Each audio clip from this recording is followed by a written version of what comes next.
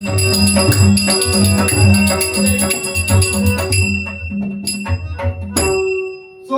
भीतीनं धरलं रान, तिथं भेटले टिपू सुलतान.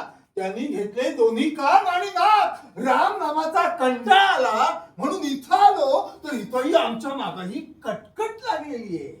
इकडे तिकडून कोलांट्या घेणारे तुम्ही कोण? कोण म्हणजे कोबरा, चिंचेच्या फाटक्या पानाचा केला जोड.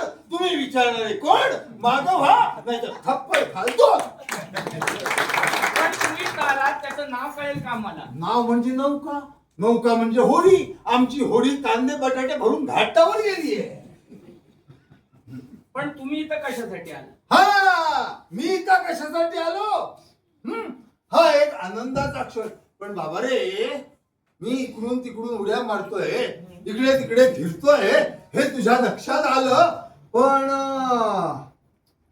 आम्ही कोण म्हणजे तुम्हाला आमचं नाव गाव काय माहित नाही? नाव सांगा. नाव माहित नाही?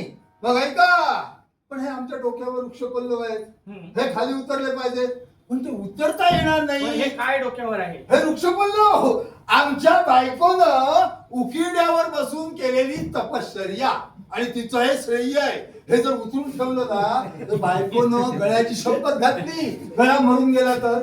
म्हणजे बायकोची पुण्याई घेऊन हा, आम्ही तुम्ही फिरतो. असता. पण माझ्या बायकोची समजूत काढायला हवी, तिला समजून सांगायला. त्याच्यासाठी काय करायला हवं? साडी तोडी द्यायला हवी. ती कुणी द्यायची? हा, कधी तुम्ही द्यायची. हा, मग हे आता उतरून ठेवतो. म्हणजे एक काम करा, एक तलवार घेऊन या. कशासाठी? हा, मग कापली काय ठेवली? मरायला होईल, मरायला होईल तर नको. मग प्रयत्न करतो. हा, तुमचं नाव सांगा. हा, नाही प्रयत्न करतो आणि काढून ठेवतो.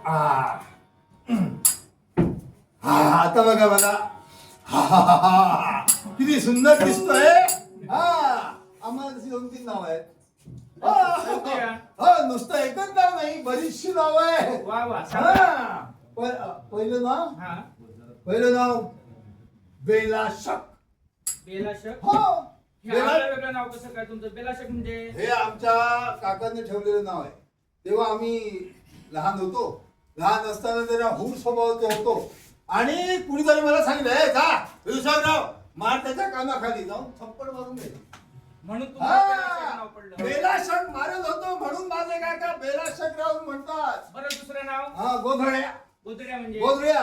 माझ्या बायकोला माहेरून एक अयर म्हणून गोधडी दिली होती. हा, ती गोधडी घेतल्याशिवाय मला झोप येत नव्हती. मी रात्री गोधडी घेऊन झोपलो. सकाळी उठवायला बायको आली की मला म्हणायची, "हो गोधडे राव, उठा ना." प्रेमाने, आवडीने, हा, मग मी आपुलकीने. हा, मी म्हणायचो नाही. मग पुन्हा म्हणे, "हो गोधडे राव, उठा ना." मग मी म्हणायचो नाही. मग ती करायची, "अरे गोधड्या उठ." मात मारल्यानंतर उठायचो. म्हणून माझं नाव गोधड्या. तुम्हीच म्हणाला 4-5 नाव, आणखी कोण कोणते हो, नाव आहे? हो, खूप नाव आहे. पुढचं नाव हो, काय?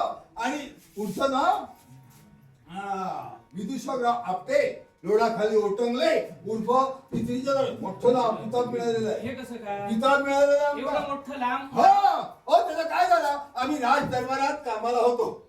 हा, तिथं आम्ही नोकर चाकर. हा, तेव्हा आमच्या राज दरबारात वरिष्ठ माणसं आली की आमचे राजा आम्हाला सांगायचंय, "ओ विदुषकराव, बघता का, लोटके घेऊन या बसायला." मग मी पटपट पटपट माडीवर जात होतो. मग 2 खांद्यावर 2 कमरेवर घेऊन खाली आलो. एक दिवस काय झालं, आम्ही लोट टक्के आणताना जिन्याच्या 2 पायऱ्या चुकल्या आणि मग गडम गडम गडम गडम ठो पडलो. हो, खाली पितीचा दरवाजा होता, त्याला आमचं डोकं आपटलं. हा, त्या दिवसापासून आम्हाला किताब मिळाला, विदुषकराव आपटे. आमचं नाव विदुषकराव आपटे, लोढा खाली ओटंगले म्हणजे आमच्यावर लोढ पडली. उर्फ पितळीचे दरवाजे म्हणजे पितळीच्या दरवाजाला आमचं डोकं आपटलं. हे आमचं. हा, हा. आणखी नाव?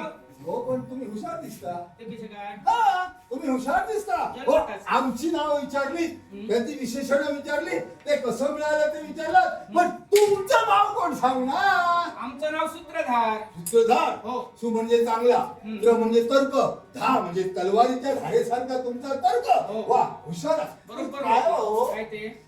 सूत्रधार. हे शेवटचं र र र रडू अक्षर कशाला? याला कारण आहे. हा. हे रडू अक्षर म्हणजे आम्ही इथं आलोय तर नाट्यप्रयोग सादर करण्यासाठी. नाट्यप्रयोग. हो. हा हा हा हा हा.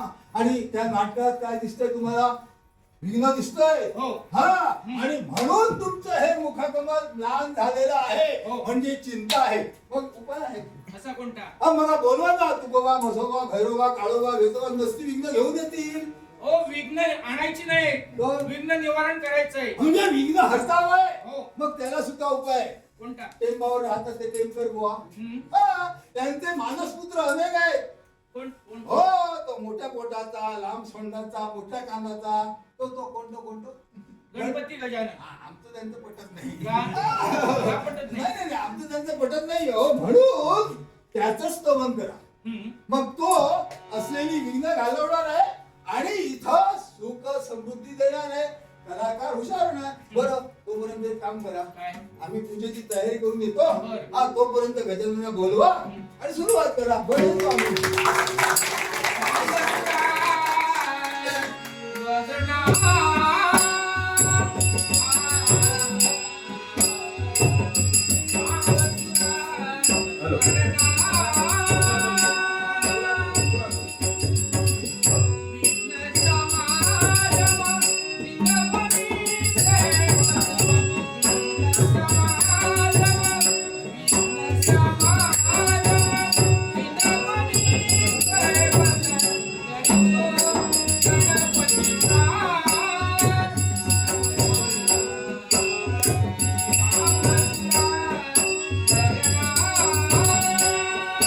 त्याच्यानंतर विदूषक जातो, गणपती येतो, शारदा येते, ते नृत्य होतं.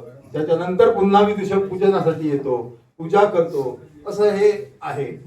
पण दशावतार म्हणजे काय हे आता तुमच्या लक्षात आलं असेल, कारण मी आता 2 मिनिटं फक्त घेतो. मी बाहेर गेलेलो, एवढ्यात मला तिकडे सूचना आली, शिवाने केली की तुला विदूषक बोलायचं आहे. काहीच माहित नाही का, मध्ये खूप वर्ष गेली त्या गोष्टीत, विसर पडला. तरी असून सुद्धा मनोरंजनासाठी कुठलाही कलाकार केव्हाही सादरीकरण करतो, तोच माझा दशावतारी कलाकार.